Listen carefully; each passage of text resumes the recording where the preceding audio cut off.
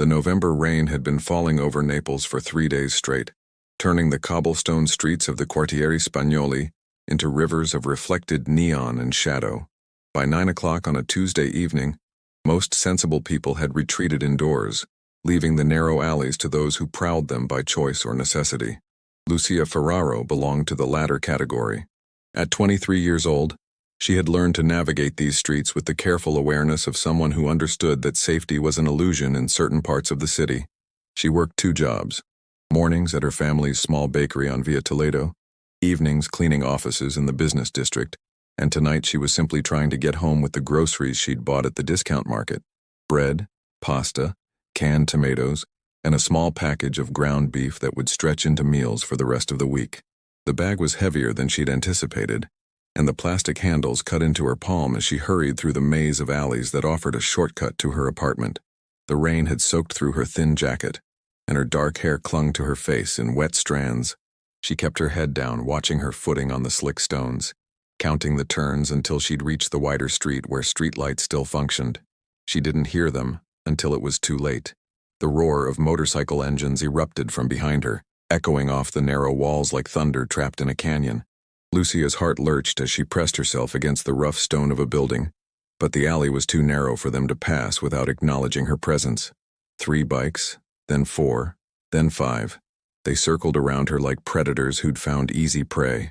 The riders wore leather jackets adorned with a scorpion patch on the back, the symbol of the Vesuvio crew, a motorcycle gang that had been terrorizing the outer neighborhoods for months. Police reports described them as a nuisance. Residents knew them as something far worse. They were young men, most in their 20s, who had discovered that power came not from what you built but from what you could take. The engines cut off one by one, leaving only the sound of rain and Lucia's racing heartbeat. The leader, a man with a shaved head and a scar that ran from his eyebrow to his jawline, dismounted first. His boots splashed in a puddle as he approached her with the casual confidence of someone who had never faced real consequences. The others followed, forming a loose semicircle that blocked her path forward and back. Lucia clutched her grocery bag tighter, as if it could somehow protect her. She tried to speak, to ask them to let her pass, but her voice came out as barely a whisper. Fear had closed her throat. The scarred man looked her up and down with theatrical disgust, then turned to his companions with a grin that revealed a gold tooth. He said something in the rough Neapolitan dialect, words meant to demean, to reduce her to nothing more than entertainment for a boring evening. The others laughed, harsh sounds that bounced off the alley walls. One of them reached out and flicked her wet hair, then made a comment about her appearance that drew more laughter. Another kicked at her grocery bag, and the plastic tore. Cans rolled across the cobblestones, the pasta box split open, and the ground beef landed in a puddle. Lucia dropped to her knees instinctively, trying to salvage what she could, but hands grabbed her arms and pulled her back to her feet. The mockery intensified. They imitated her scared expression, made jokes about her torn jacket and worn shoes, speculated loudly about where she was going and whether anyone would even notice if she didn't arrive. The scarred leader pulled out his phone, angling it to take a photo, because humiliation wasn't complete unless it could be shared. Lucia closed her eyes, fighting back tears that had nothing to do with the rain. This wasn't the first time she'd faced cruelty, but that knowledge didn't make it easier. She thought of her mother waiting at home, of the disappointed look she'd have when Lucia arrived with ruined groceries, of how hard they'd both worked just to afford this one small shopping trip. Then, cutting through the laughter and the rain, came a different sound. Car engines, multiple vehicles, their approach unmistakable even before the headlights swept into the alley entrance. These weren't ordinary cars. The engines had a deep, powerful purr that suggested money and maintenance far beyond what most Naples residents could afford. The motorcyclists' laughter faltered. They turned toward the light, squinting against the high beams that suddenly illuminated the narrow space with harsh white clarity.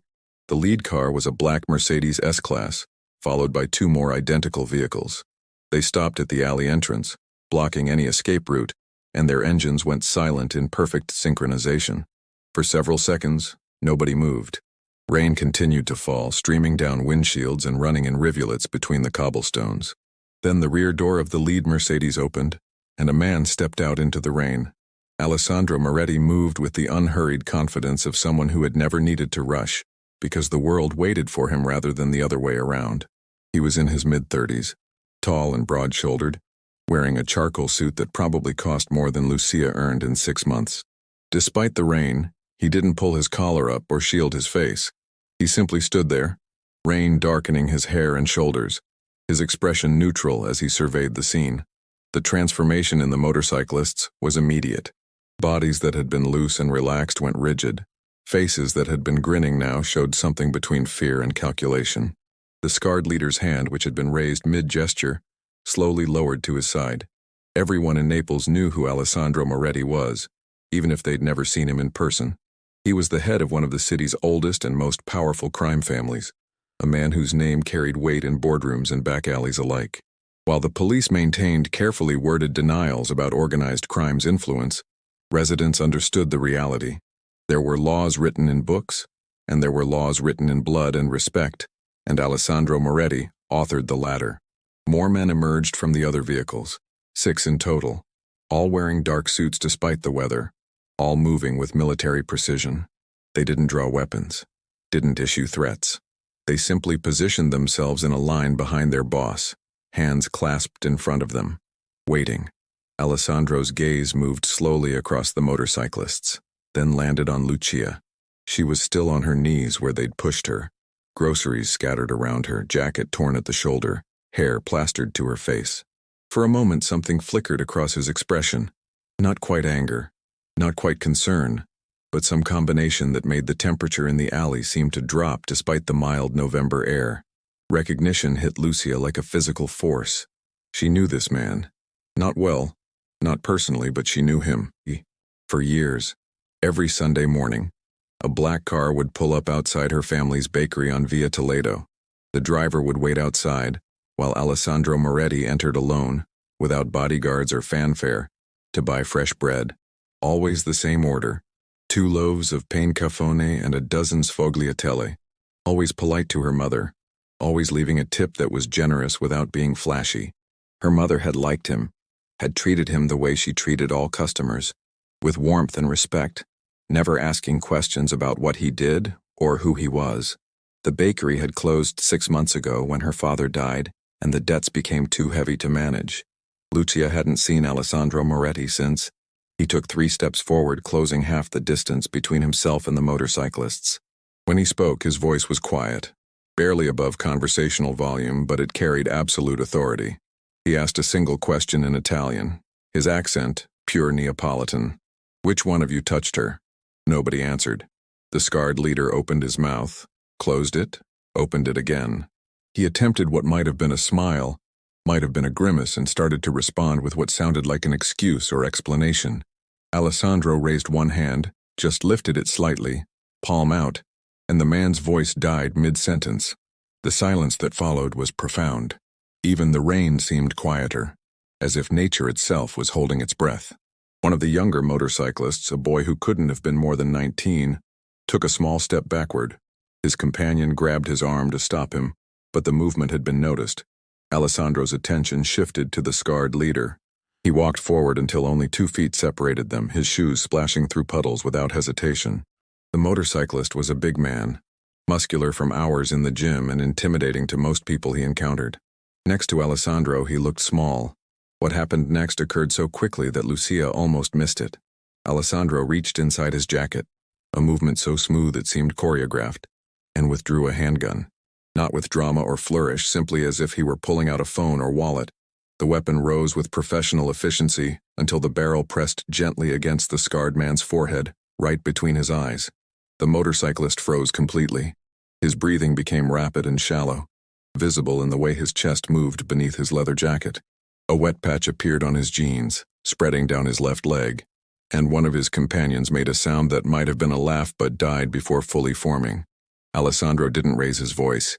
He didn't need to. He simply asked another question. "Did you think this was funny?" The rain continued to fall. Somewhere in the distance, a car horn honked. A shutter banged against a window in the wind. But in that alley, there was only Alessandro Moretti, a scared man with a gun to his head, and 6 other motorcyclists who were rapidly reassessing every decision that had led them to this moment. Then Alessandro lowered the gun. He returned it to his jacket with the same casual efficiency he'd used to draw it. And for just a moment, the scarred leader's expression showed relief. That relief vanished when Alessandro spoke again, his words delivered with the matter-of-fact tone of someone stating an irrevocable truth. He told them they had two choices. They could leave Naples tonight, not tomorrow, not next week, but tonight, and never return. Or they could stay and discover what happened to men who showed disrespect in his city. He added, almost as an afterthought, that their motorcycles would remain here as payment for the woman's groceries in distress. They could walk to whatever destination they chose. Nobody argued. Nobody even looked directly at him. The scarred leader nodded once quickly like a student acknowledging a teacher's instruction.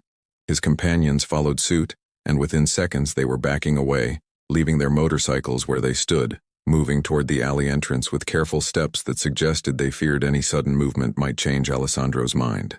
They passed between the Mercedes vehicles and disappeared into the rain. The sound of their running footsteps faded quickly, swallowed by the city's ambient noise. Alessandro turned to Lucia. She was still on the ground, frozen in a crouch, watching him with wide eyes. He removed his suit jacket despite the rain, stepped forward, and draped it over her shoulders. The fabric was warm from his body, surprisingly soft, and carried the faint scent of expensive cologne mixed with cigarette smoke. His voice, when he spoke to her, was completely different from the tone he'd used with the motorcyclists. Softer, almost gentle, with an undertone of concern that seemed genuine. He told her that no one would ever laugh at her again, that she was under his protection now, whether she wanted it or not. That word would spread through Naples before sunrise, and anyone who even looked at her wrong would answer to him personally. Lucia found her voice finally, though it came out shaky. She tried to thank him, to say something appropriate, but he shook his head. He told her he remembered her family's bakery, remembered her mother's kindness, remembered the bread that reminded him of his own childhood. He said he was sorry he hadn't been there when the bakery closed, that he hadn't known she needed help. One of his men had already gathered her scattered groceries, replacing what had been ruined with items from a nearby store that one of them had been dispatched to while Alessandro spoke. They handed her 3 full bags, far more than she'd originally purchased, and with better quality items than she could typically afford. Alessandro gestured to the lead Mercedes. He offered her a ride home but made it clear it was an offer, not a command. Lucia found herself nodding, too overwhelmed to consider alternatives. The rain had picked up again, coming down in sheets now, and the warm interior of the car seemed impossibly inviting. As she slid into the leather back seat, jacket still wrapped around her shoulders and grocery bags placed carefully at her feet, Lucia realized her hands were shaking, not from fear. That had strangely vanished the moment Alessandro had spoken to her in that gentle voice, but from the sheer impossibility of what had just occurred. The car pulled away from the alley, leaving 5 abandoned motorcycles sitting in the rain like metal monuments to the night's strange justice. Through the rain-streaked window, Lucia could see Alessandro in the second vehicle, his face illuminated briefly by his phone screen as he made a call. Even from a distance, even through glass and rain, his presence commanded attention. The driver, a man who hadn't spoken a single word, navigated the narrow streets with practiced ease, asking only once for her address. The route to her apartment should have taken 10 minutes. He made it in 6, driving with the confidence of someone who knew no police officer would dare stop this particular vehicle. When they arrived, he carried her grocery bags to her door, waited while she unlocked it, then handed her a business card. Plain white, black text, a phone number, and nothing else. He told her that if she ever needed anything at all, she should call that number. Then he disappeared back down the stairs before she could formulate a response. Lucia stood in her doorway, Alessandro's jacket still around her shoulders, grocery bags at her feet, business card in her hand. From inside the apartment she could hear her mother calling, asking if that was her, saying dinner was almost ready. She stepped inside and closed the door, but she didn't remove the jacket. Not yet. It felt like armor, like protection, like something that had fundamentally changed who she was and how the world would see her.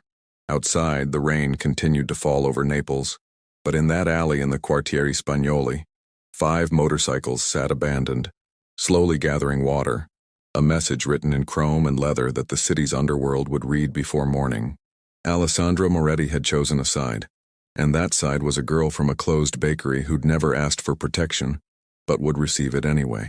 By midnight, the story would spread through every bar, cafe, and street corner where power was measured in respect and fear. By sunrise, Lucia Ferraro's name would be known to people she'd never met, whispered with a mixture of curiosity and caution.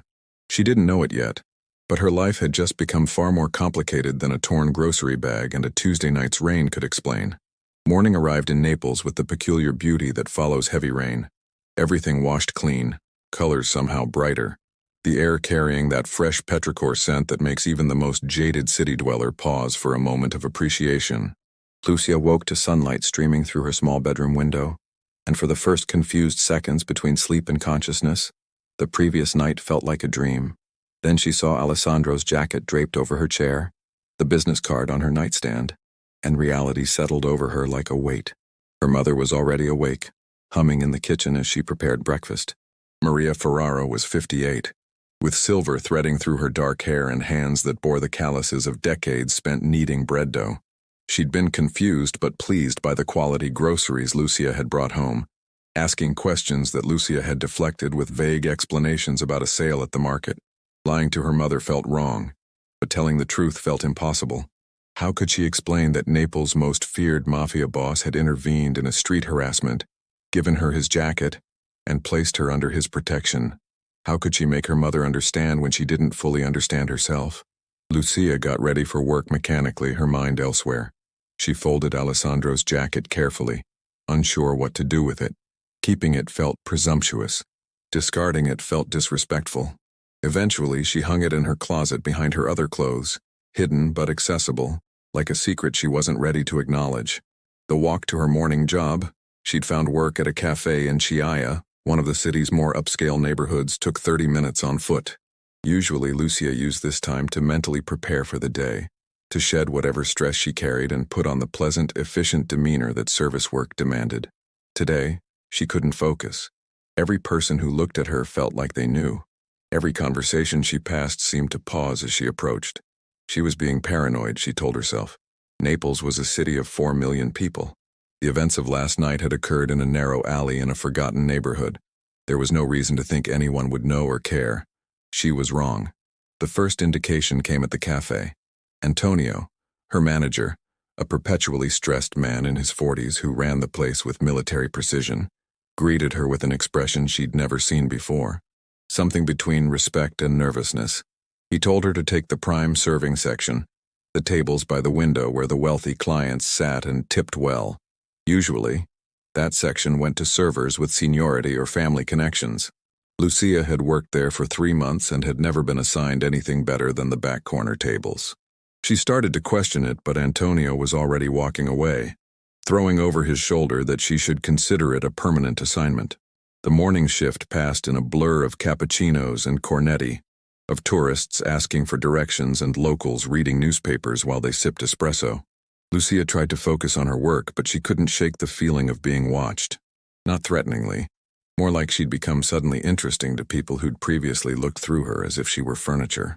During her break, she stood in the narrow alley behind the cafe where employees went to smoke or escape for a few minutes. She was checking her phone when a shadow fell across her. She looked up to find 2 men in dark suits standing at the alley entrance. Not Alessandro's men, she thought, but similar. They had that same quality of controlled readiness, like wolves pretending to be dogs. The taller one spoke first. He introduced himself as Marco Gentile, a name that meant nothing to Lucia but was delivered as if it should. He explained in carefully polite terms that he worked for the Camorra family that controlled this neighborhood. He wanted to convey his family's respect for Signor Moretti's interest in her well-being, and to assure her that she would encounter no problems while working here. Lucia's confusion must have shown on her face, because Marco's companion, a younger man with nervous eyes, added that everyone in the city knew about last night, that the Vesuvio cruise members had been found at the train station at 4 in the morning, buying tickets to Rome, Milan, anywhere far from Naples, that their motorcycles had been stripped and sold by dawn, the money donated to a church in the Quartieri Spagnoli, with a note saying it was restitution for frightening a young woman. The message had been received loud and clear. Alessandro Moretti had drawn a line around Lucia Ferraro, and crossing it meant war. Marco assured her again that she was safe in this neighborhood, tipped an imaginary hat, and disappeared back onto the street. His companion lingered a moment longer, looking like he wanted to say something else, then apparently thought better of it and followed. Lucia stood in the alley after they'd gone, her break forgotten, trying to process what had just happened. Protection from one crime family, acknowledgement from another, all because she'd been in the wrong place at the wrong time, and the right person had witnessed it. The afternoon brought more strangeness. A woman at one of her tables, elegant, probably in her 50s, wearing jewelry that could have fed Lucia's family for a year, left a tip that was 3 times the bill amount. When Lucia tried to return it, thinking it was a mistake, the woman placed her hand over Lucia's and said quietly that any friend of Alessandro's deserved better than minimum wage. Then she left before Lucia could formulate a response. An hour later, a man who owned a clothing boutique 2 doors down from the cafe came in specifically to give Lucia his card. He said his store would be honored to provide her with appropriate work clothes at no charge, whenever she wished. He phrased it as if it were a normal business transaction, but his eyes held the same nervous respect she'd been seeing all day. By the time her shift ended, Lucia's head was spinning. She declined Antonio's offer to go for drinks with the other staff, something she'd never been invited to before, and instead headed home, taking a different route than usual, as if she could somehow escape the invisible web that seemed to be forming around her. She didn't notice the car following her at a discreet distance, ensuring she reached her apartment safely. She didn't see the man who stood across the street from her building for the next hour, watching her window, making sure no one approached who shouldn't. These protections were invisible, professional, thorough, the kind that money couldn't buy but power could command. At home, her mother had news. 2 pieces, actually, both delivered with barely contained excitement. First, the building owner had stopped by to personally apologize for the leaking roof that had plagued their apartment for months. He'd promised repairs would begin immediately, at no cost to them. Second, a representative from her father's old creditors, the debt that had destroyed the bakery and haunted them since his death, had called to say the debt had been purchased by an anonymous buyer and forgiven completely. They owed nothing. The paperwork was being processed and would arrive within the week. Maria attributed it to prayers finally being answered, to her husband's soul interceding from heaven, to simple good fortune after a long period of hardship. She was crying happy tears while she cooked dinner, thanking God and saints and anyone who might be listening. Lucia said nothing. She helped with dinner, ate mechanically, and went to her room earlier than usual, claiming tiredness.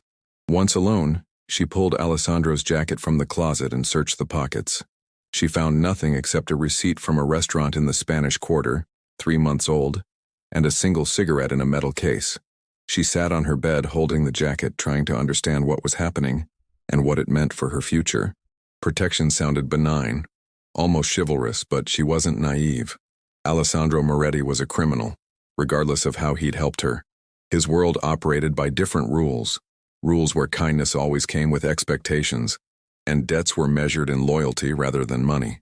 The business card sat on her nightstand, a plain rectangle of white with black text. Just a phone number, no name, no indication of what calling it might mean. She picked it up, held it, put it down, picked it up again. The gesture became almost meditative, a way to think without thinking. Her phone buzzed with a text message, making her jump. Unknown number. The message was brief. Your mother's happiness tonight was beautiful. Sleep well, Lucia. You are safe. No signature, but none was needed. Lucia stared at the message for a long time, emotions she couldn't name swirling through her chest. Gratitude, certainly, but also unease. How had he gotten her number? How did he know about her mother's reaction? The surveillance implied by that knowledge was both comforting and terrifying. She typed a response 3 times, deleted it 3 times, finally sent a simple "thank you" that felt inadequate but honest. The reply came almost immediately. You never need to thank me. Buonanotte. Good night. 2 words that felt strangely intimate despite their simplicity. Lucia set her phone aside and lay back on her bed, Alessandro's jacket still in her hands. Outside her window, Naples hummed with its usual nighttime energy, voices calling to each other, scooters racing through narrow streets, music drifting from open windows.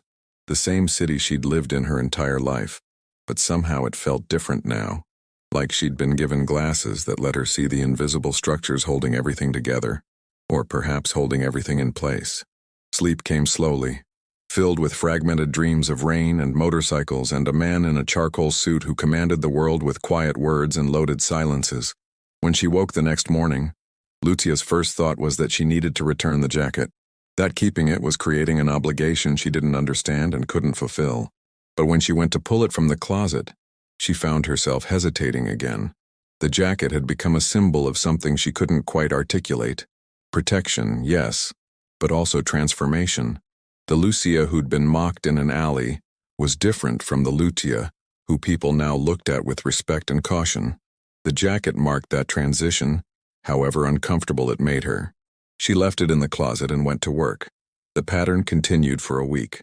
Small kindnesses from strangers, deferent treatment from people who'd previously ignored her, opportunities appearing where none had existed before.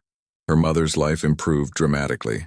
Debts forgiven, repairs completed, neighbors who'd been cold suddenly friendly.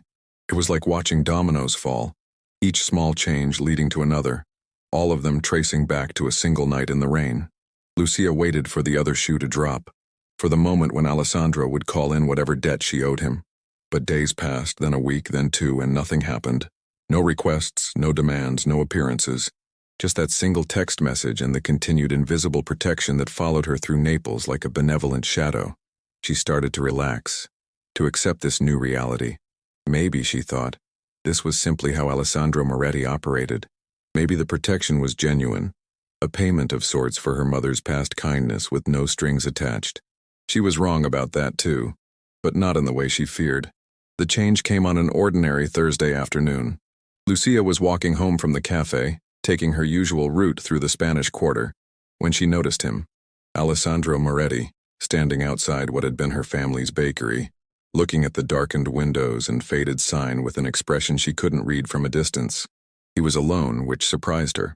No bodyguards, no waiting vehicles, just a man in an expensive suit standing in the afternoon sunlight, studying a closed business as if it held answers to questions she couldn't hear. Lucia stopped walking, unsure whether to approach or retreat. Before she could decide, Alessandro turned and saw her. Their eyes met across the crowded street, and something passed between them. Acknowledgement, recognition, and something else that made Lucia's pulse quicken. He gestured slightly, a simple motion that conveyed an invitation without presumption. She could have walked away. She could have pretended not to see him.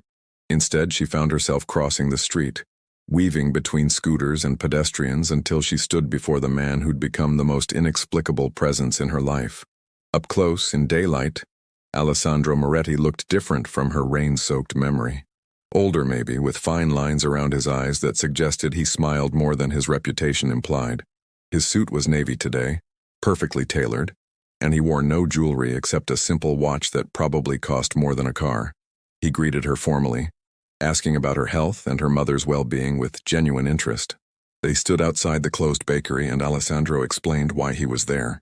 He'd been thinking about Sunday mornings, about the bread his own mother used to make, about traditions dying because economics didn't care about history or heart. He asked Lucia if she'd ever considered reopening the bakery. The question surprised her so much she laughed, not mockingly but with genuine disbelief. She explained about the debt, the equipment that had been sold, the lease that had been given to another tenant, all obstacles that felt insurmountable to someone who counted every euro. Alessandro listened without interrupting, his dark eyes focused entirely on her in a way that made her acutely aware of every word she spoke. When she finished, he was quiet for a moment, watching the street traffic pass. Then he told her the debt was already forgiven. She knew that. What she didn't know was that he'd also purchased the building. The current tenant's lease would expire in 3 months and wouldn't be renewed. The equipment she needed could be acquired. The only question was whether she wanted to bake bread. Lucia's immediate reaction was refusal. The offer was too large, the obligation too undefined, the whole situation too fantastical. But Alessandro held up one hand, the same gesture he'd used to silence the motorcyclist, and asked her to consider it not as charity or manipulation but as business. He would provide the capital and building. She would provide the skill and labor. Profits would be split fairly. The bakery would serve the neighborhood, employ local people, and remind everyone that some traditions were worth preserving. He made it sound reasonable, pragmatic, almost simple. But Lucia wasn't naive enough to believe anything involving Alessandro Moretti was simple. Still, as she stood there in the afternoon sun, looking at the space where she'd spent so many childhood mornings helping her father, she felt something shift inside her. Want, maybe, or ambition, or simply the acknowledgement that refusing meant staying exactly where she was while accepting, meant stepping into unknown territory that might be dangerous, but would certainly be different. She didn't say yes, but she didn't say no either. Instead, she asked for time to think, and Alessandro nodded as if he'd expected nothing less. He told her the offer would stand for as long as she needed, then wished her a pleasant afternoon and walked away, disappearing into the crowd with the casual confidence of someone who knew she'd eventually agree. Lucia stood outside the closed bakery for another 10 minutes after he'd gone, trying to understand what had just happened and what it meant. The sun was warm on her face, and somewhere nearby, church bells rang the hour. Naples continued its chaotic dance around her, indifferent to the choices one young woman faced. Inside her pocket, her fingers found the business card she'd been carrying for 2 weeks. She pulled it out, looked at the number, and wondered what would happen if she called it. What door would open, what path would begin, what version of herself she might become. The card went back into her pocket. The decision could wait. But as Lucia walked home, she found herself thinking not about the risks or obligations, but about the smell of fresh bread in the morning and her mother's smile when the ovens had glowed warm with purpose. Change was coming, whether she chose it or not. The only question was whether she'd meet it standing still or moving forward. 3 days after Alessandro's offer, Lucia stood in her small apartment kitchen at 2 a.m, unable to sleep, making bread by hand. She had no oven capable of proper baking, so she'd settled for focaccia that could cook in a pan on the stovetop, a compromise that would have made her father shake his head. But she needed to work with her hands, needed the familiar rhythm of kneading to help her think. The dough was soft beneath her palms, still slightly sticky despite the flour she'd added. Press, fold, turn. Press, fold, turn. The repetitive motion freed her mind to wander through the maze of decisions and consequences that had consumed her thoughts since Thursday. Her mother slept in the next room, unaware of the offer hanging over their lives. Lucia hadn't told her yet. How could she explain that Naples' most powerful crime boss wanted to partner with them in business? That the bakery, their family's lost dream, could return, but only through channels that connected directly to the underworld her parents had spent their lives avoiding. Lucia Ferraro was a devout woman who believed in honest work, prayer, and the intrinsic goodness of people. She taught Lucia that dignity came from earning your way, that shortcuts always cost more than they saved, that some money carried too much weight to spend freely. What would she say if she knew the truth about Alessandro's intervention? About the debt forgiveness, the building repairs, the sudden stream of small fortunes that had improved their lives? Lucia pressed harder into the dough, feeling it resist and then yield. The truth was complicated. Alessandro Moretti was a criminal. This was indisputable fact. But he was also the man who'd protected her when no one else would have, who'd remembered her family's kindness, who'd asked about reopening the bakery with genuine interest in preserving tradition, rather than exploiting opportunity. These things could both be true, even if they didn't reconcile into a simple narrative of good versus evil. She thought about the week since his offer. She'd done research, carefully and discreetly, asking questions of people who might know answers. What she'd learned had complicated everything further. Alessandro Moretti's family had controlled territory in Naples for 3 generations. His grandfather had been a street enforcer in the 1960s, working his way up through violence and cunning. His father had modernized the operation, moving into legitimate businesses while maintaining the traditional rackets that funded everything. Alessandro himself had inherited at 25, after his father was killed in a car bomb that everyone knew was murder but no one could prove. Since taking control, Alessandro had earned a reputation for being ruthlessly strategic but less casually violent than his predecessors. He preferred negotiation to bloodshed, business sense to brute force. Several charitable organizations in Naples received anonymous donations traced back to his accounts. He'd funded the restoration of 2 historic churches, established a scholarship program for children from the poorest neighborhoods, and owned several legitimate businesses that actually operated above board. He was also responsible for drug trafficking, money laundering, extortion, and various other crimes that destroyed lives even if he didn't pull triggers personally. The men who worked for him had blood on their hands, and that blood funded the charitable donations and scholarships. Lucia couldn't reconcile these contradictions into a comfortable conclusion. She wanted to refuse his offer, to maintain the moral high ground her mother would approve of. But she also wanted the bakery back. She wanted to work in the space where her father had taught her to braid bread dough. where her mother had laughed while decorating cakes, where customers had become friends over decades of morning conversations. Was it possible to take something good from someone problematic? Could you accept help from the devil without selling your soul? The focaccia dough had become smooth and elastic beneath her hands, ready to rise. She placed it in a bowl, covered it with a damp cloth, and washed the flour from her hands. The kitchen window showed the first hints of dawn creeping over Naples' roof lines, painting everything in shades of gray that would soon bloom into color. Her phone sat on the counter, where she'd been avoiding it. The business card Alessandro had given her was tucked in her wallet, numbers memorized despite her intention not to call.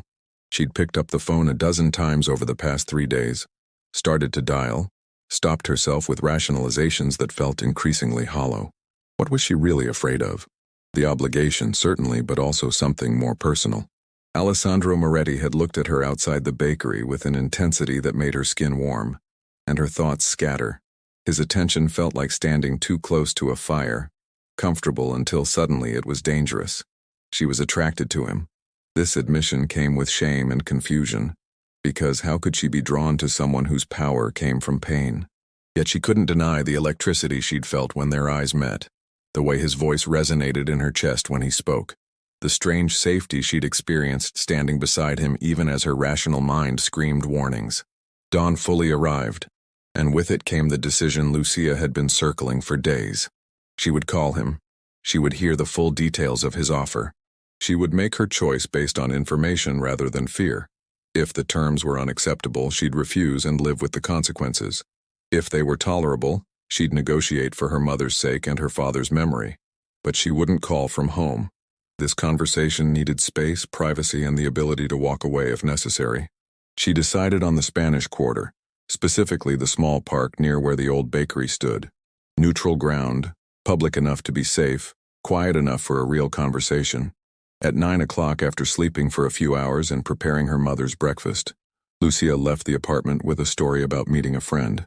She wore a simple dress, nothing fancy, but clean and whole, a statement that she was taking this seriously, and carried only her phone and wallet. The walk to the Spanish Quarter took 40 minutes. She moved through Naples's morning chaos, commuters rushing to work, shop owners opening shutters, tourists consulting maps and looking lost, with a kind of calm determination that surprised her. Fear was still present, but it had been joined by something else. Resolve. The park was small, more of a courtyard really, with a few benches surrounding a fountain that hadn't worked in years. Lucia sat on the bench farthest from the street, pulled out her phone and dialed the number before she could change her mind. He answered on the second ring. Alessandro's voice was exactly as she remembered, deep, measured, with that hint of warmth that made hello sound like an invitation rather than a greeting. Lucia identified herself, though she suspected he knew before she spoke. She told him she wanted to discuss his offer, to understand the details and expectations clearly. She tried to keep her voice steady, professional, as if this were an ordinary business conversation rather than a negotiation with a man who could alter her life with a word. Alessandro didn't waste time with pleasantries. He asked where she was, and when she told him, he said he'd be there in 15 minutes. Then he thanked her for calling and hung up before she could respond. Lucia sat on the bench watching the fountain and trying to breathe normally. 15 minutes. She'd committed now, crossed a line between considering and acting. Whatever happened next would be her choice, and her responsibility. He arrived in 12 minutes, not 15. A black car pulled up to the park's edge, and Alessandro emerged alone, dressed more casually than she'd seen him. Dark jeans, a white shirt with the sleeves rolled to his elbows, sunglasses that he removed immediately upon seeing her. He walked across the courtyard with that same unhurried confidence, and Lucia stood to meet him, refusing to be sitting when he arrived. They greeted each other formally, and Alessandro gestured to the bench with a question in his expression. They sat with a respectable distance between them, two people conducting business in public, except for the way Alessandro angled his body toward her, giving her his complete attention in a manner that felt both flattering and overwhelming. He let her speak first. Lucia had prepared questions, and she asked them methodically. What exactly would the business arrangement entail? Who would own the bakery legally? What obligations would she have beyond running the operation? What happened if she wanted out? Alessandro answered each question directly without the evasion she'd half expected. The building would remain in his name. but the business itself would be owned jointly. 60% her, 40% him, reflecting her labor investment. She would have complete control over operations, hiring, and product decisions. His financial investment would be treated as a loan to be repaid from profits over time, with generous terms and no interest. If she wanted out, she could buy his share at appraised value or sell her portion to him at the same. Everything would be legal, documented, and transparent. It sounded almost too good, and Lucia said so. She asked the question that had haunted her for days. What did he really want from her? Alessandro was quiet for a moment, watching the broken fountain. When he answered, his voice carried an honesty that surprised her. He said he wanted the bakery to exist because it had been one of the few places in his life that felt normal, where he was treated as a customer rather than a king or a threat. He said his mother was dead, his father was dead, most of his family was dead or compromised by the life they'd chosen. The bakery had been a connection to something genuine, and its loss had bothered him more than it should have. He also said, and his eyes met hers directly when he spoke, that he'd admired her that Sunday mornings. The way she'd worked alongside her mother without complaint, the kindness she'd shown to difficult customers, the pride she'd taken in the family business. When he'd seen her in that alley, being degraded by men who deserved far worse than they'd received, something in him had decided she represented a kind of goodness that deserved protection rather than exploitation. Then he added something that made Lucia's breath catch. He said he knew his world tainted everything it touched, that accepting his help meant accepting association with him, and if she chose to refuse for that reason, he would respect the decision and ask nothing more from her. The protection would remain, he couldn't unmake that choice, but the business offer would disappear, and he wouldn't insert himself into her life beyond ensuring her safety. The ball was entirely in her court. He was giving her the power to choose, knowing that choice came with full knowledge of who and what he was. Lucia sat with this for several minutes, and Alessandro didn't rush her. A pigeon landed near their feet, pecking at invisible crumbs. Somewhere nearby, children were laughing. Naples continued its ordinary day while Lucia faced the most extraordinary decision of her life. She thought about her mother's joy when the debts had vanished, about her father's calloused hands teaching her to shape dough, about mornings filled with the smell of fresh bread and customers whose names she'd known since childhood, about the alternative, continuing as she was, working jobs that paid enough to survive but not enough to live, watching her mother age without the happiness the bakery had given her. She thought about Alessandro too, about the gun pressed to a man's forehead and the jacket draped over her shoulders, about power used to harm and power used to protect, about the impossibility of perfect choices in an imperfect world. Finally, she spoke. She told Alessandro she would accept his offer, but with conditions. First, her mother could never know about his involvement. The bakery would be presented as Lucia's venture, funded through loans and grants that sounded legitimate. Second, the bakery would never be used for money laundering or any illegal purpose.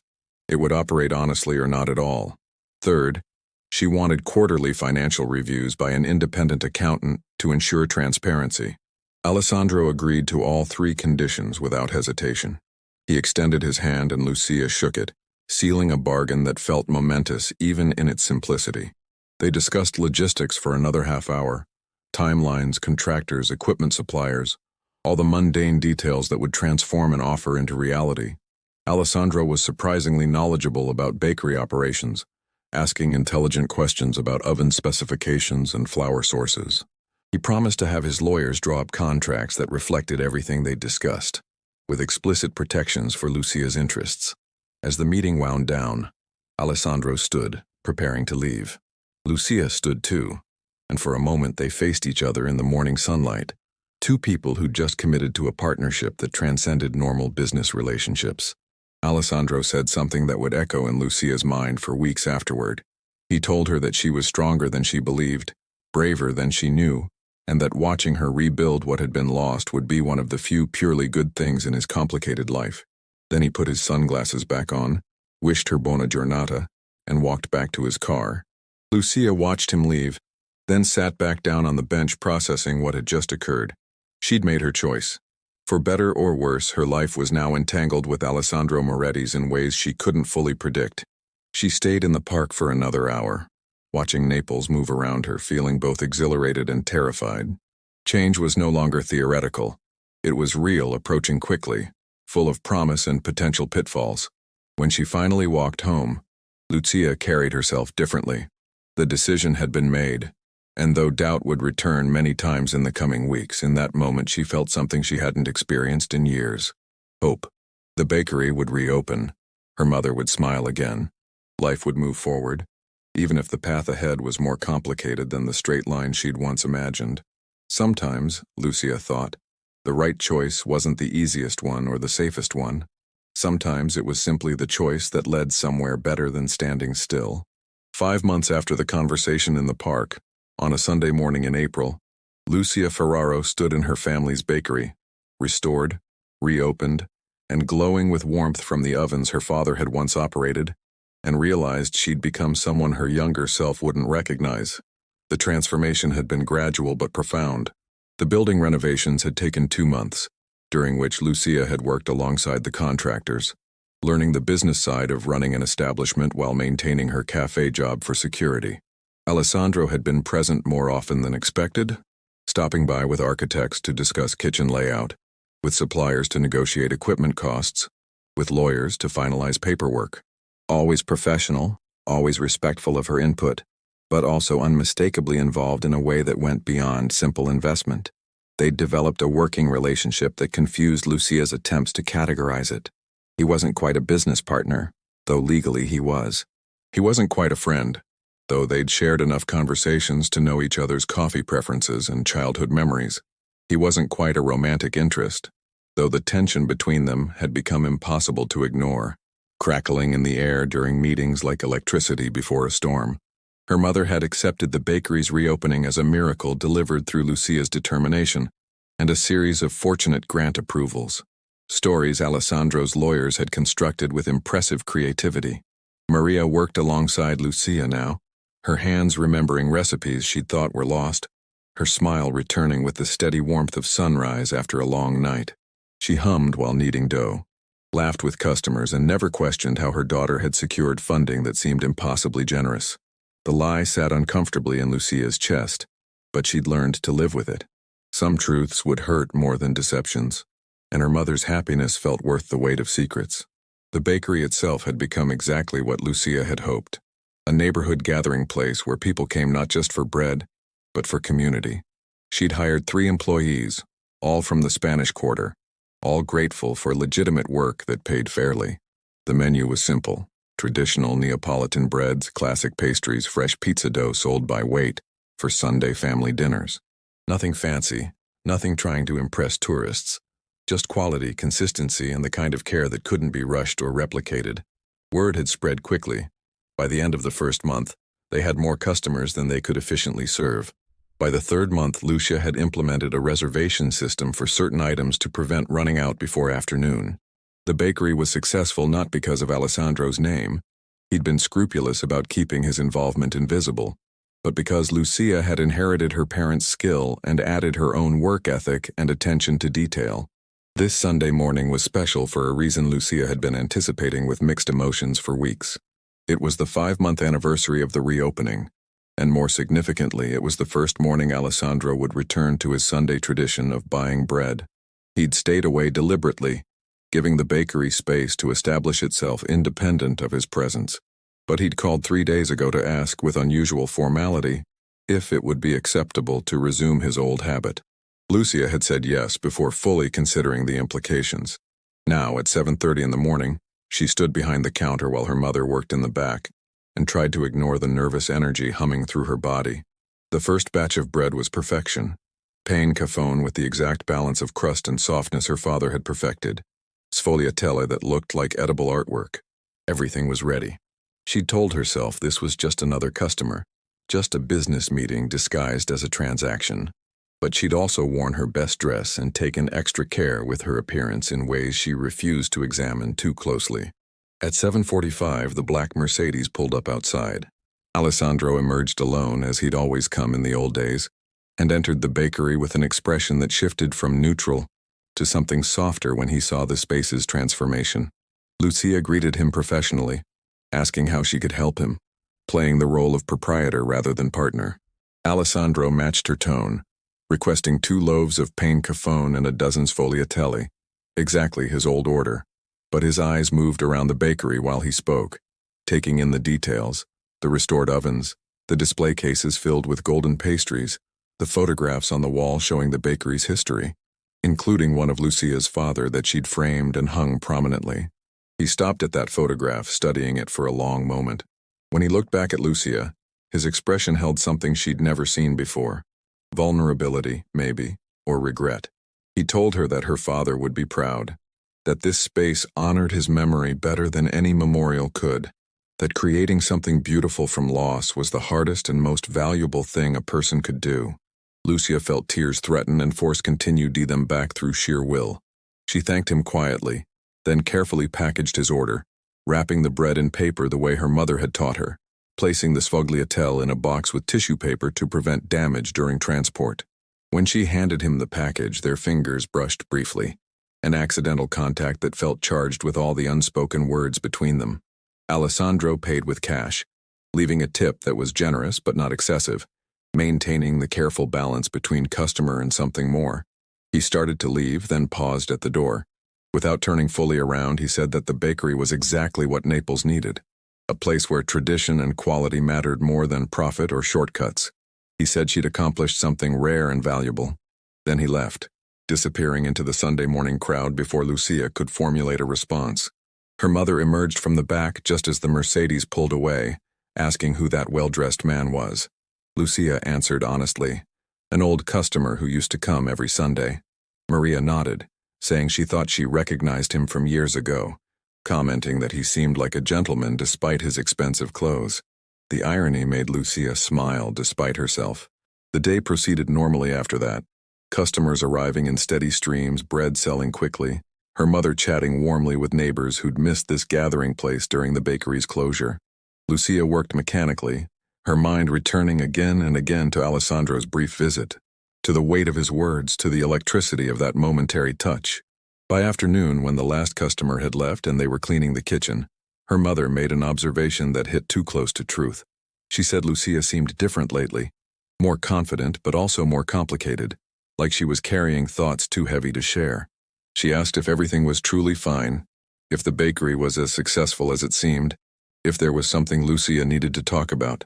Lucia assured her everything was perfect, that she was simply tired from the long hours, that success brought its own stresses, but they were good stresses. More lies layered on top of previous deceptions, building a structure that felt increasingly fragile. That night, alone in her apartment after her mother had gone to sleep, Lucia received a text from Alessandro. Simple, brief, carrying more weight than its words suggested. Thank you for the bread. It tasted like memory. Sleep well. She read it a dozen times, analyzing each word, searching for hidden meanings or obligations. Finding none, only sincerity that made her chest ache with emotions she didn't want to name. She typed and deleted 3 responses before settling on, "Thank you for everything you've made possible." His reply came quickly. "You made it possible. I only provided opportunity. The rest was your courage and skill." They continued this text exchange for another hour, the conversation flowing from business to personal topics with surprising ease. Alessandro asked about her mother's adjustment to working again, shared a story about his own mother's cooking, admitted that Sunday mornings felt more meaningful now that he had a reason to look forward to them. Lucia found herself laughing at his dry observations about Naples politics, sharing her own frustrations about stubborn suppliers, revealing more of herself than she'd intended. When they finally said goodnight, close to midnight, Lucia lay in bed feeling confused and exhilarated. The boundaries she'd carefully maintained were blurring, and she wasn't sure whether to reinforce them or let them dissolve completely. The pattern repeated over the following weeks. Alessandro came every Sunday for bread, sometimes staying to talk for a few minutes, sometimes leaving quickly with just a polite greeting. But the text messages became regular, not daily but frequent enough that Lucia found herself checking her phone more often, smiling at random moments when his name appeared on her screen. They never discussed feelings explicitly, never crossed into territory that would require acknowledgement or decisions. But the undercurrent was there, strengthening with each conversation, each shared laugh, each moment when their eyes met and held for a beat too long. 2 months after that first Sunday return, Alessandro asked if she'd like to have dinner with him. Not at a restaurant. He suggested the bakery after closing, bringing food from his favorite trattoria, just a quiet meal between business partners to discuss the bakery's progress. Lucia knew it wasn't purely business. She also knew that accepting would change things irrevocably, would move them from the ambiguous space they'd been occupying into something more defined and potentially dangerous. She accepted anyway. The dinner happened on a Tuesday evening, after the bakery had closed and her mother had gone home. Alessandro arrived with bags of food and a bottle of wine, setting up a makeshift table in the bakery's main room using one of the prep surfaces and 2 chairs from the storage area. He'd brought real dishes and silverware, not takeout containers, and lit 2 candles despite the overhead lights working perfectly fine. They ate and talked for 3 hours, conversation flowing easily between business updates, childhood memories, and the kind of philosophical discussions that emerge when 2 people finally allow themselves to be genuine with each other. Alessandro spoke about inheriting his father's empire at 25, about the weight of expectations and the loneliness of power. Lucia shared her fears about the bakery failing, about disappointing her mother, about whether accepting help made her weak or pragmatic. He told her that strength wasn't refusing assistance but recognizing when accepting it allowed you to accomplish what mattered. That her bakery employed 4 people, fed hundreds of customers weekly, and preserved traditions that might otherwise have died. That these outcomes justified whatever compromises she'd made to achieve them. Somewhere during dessert, a simple tiramisu he'd brought from the trattoria, the conversation shifted into more personal territory. Alessandro admitted he'd been attracted to her since those Sunday mornings years ago, but had never acted because the gap between their worlds felt insurmountable. He said watching her rebuild the bakery had been a privilege, seeing her strength and determination up close rather than from a distance. Lucia felt her face warm, her heart racing, all the careful defenses she'd maintained crumbling under the honesty in his voice. She told him she'd been afraid of this, of liking him too much, of wanting something that seemed impossible, of letting her feelings complicate the business relationship they'd established. Alessandro reached across the makeshift table and took her hand. His grip was gentle but firm, grounding. He said nothing had to be complicated unless they made it so, that they could take whatever time they needed, move at whatever pace felt right, with no expectations or obligations beyond what they chose freely. The kiss, when it came, felt inevitable and terrifying in equal measure. Alessandro stood and pulled Lucia to her feet, cupped her face in his hands and kissed her with a tenderness that contradicted everything she knew about his reputation. It was gentle, questioning, giving her every opportunity to pull away. Instead, she leaned into him, her hands gripping his shirt, kissing him back with all the pent-up emotion she'd been denying for months. When they finally separated, both breathing harder, Alessandro rested his forehead against hers. He whispered that they should go slowly, that he didn't want to rush or pressure her, that whatever this became needed to be built on choice, rather than obligation or gratitude. Lucia agreed, though her body was screaming the opposite. They cleaned up the dinner remains together, the atmosphere charged with new awareness, every accidental touch carrying electricity. When Alessandro left that night, he kissed her once more at the door, briefer this time but no less intense, and promised to call her the next day. True to his word, he called, and texted, and visited the bakery more frequently, sometimes for bread, sometimes just to see her. They went on actual dates, restaurants far from Naples where no one knew Alessandro's face, quiet walks along the coast, late-night drives through the city while talking about everything and nothing. Lucia's mother noticed the change in her daughter but attributed it to the bakery's success and a mysterious new boyfriend that Lucia mentioned vaguely without providing details. She was happy for her daughter. That was enough. 3 months into their relationship, Alessandro told Lucia he loved her. They were in his car parked overlooking the Bay of Naples at sunset, the city spreading out below them in all its chaotic beauty. He said it simply, without dramatics, as if it were a fact rather than a declaration.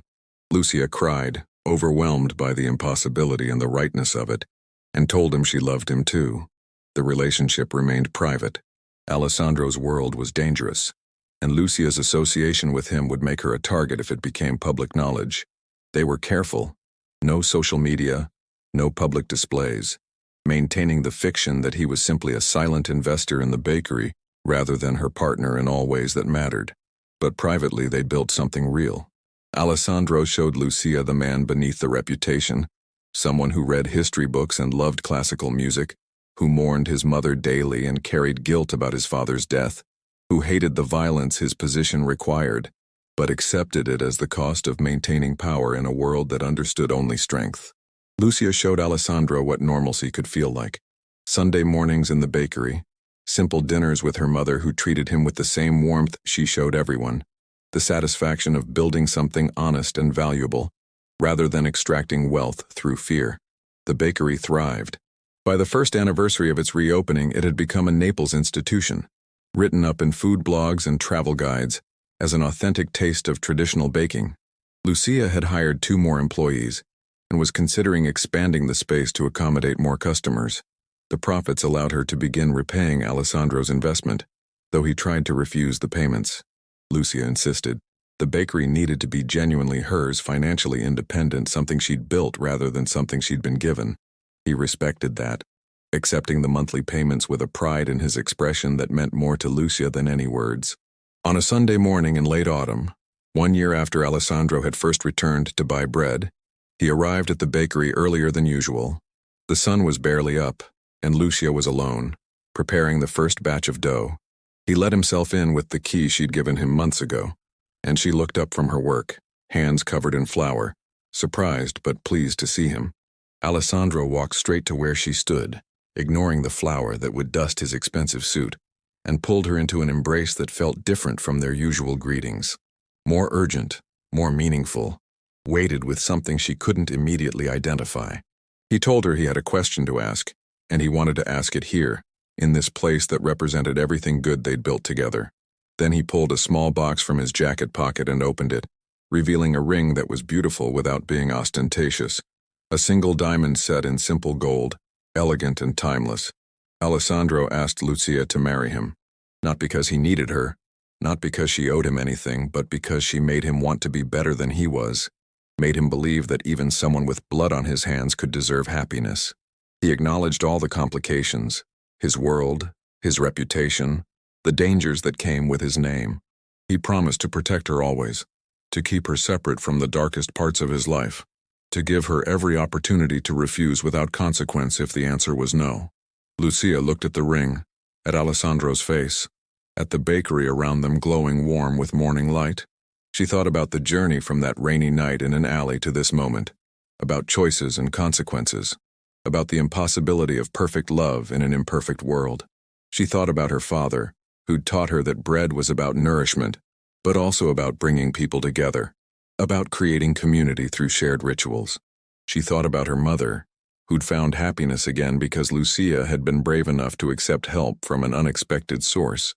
She thought about the employees who supported their families because this bakery existed, about the customers who started their Sundays with fresh bread that connected them to tradition.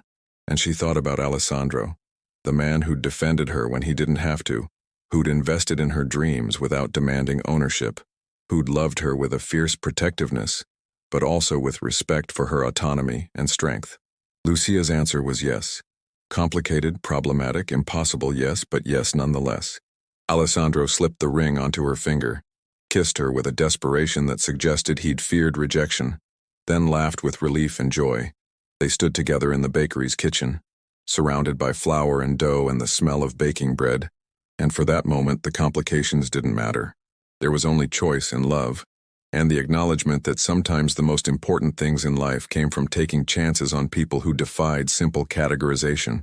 The wedding was small and private, held in a chapel on the Amalfi Coast with only close family present.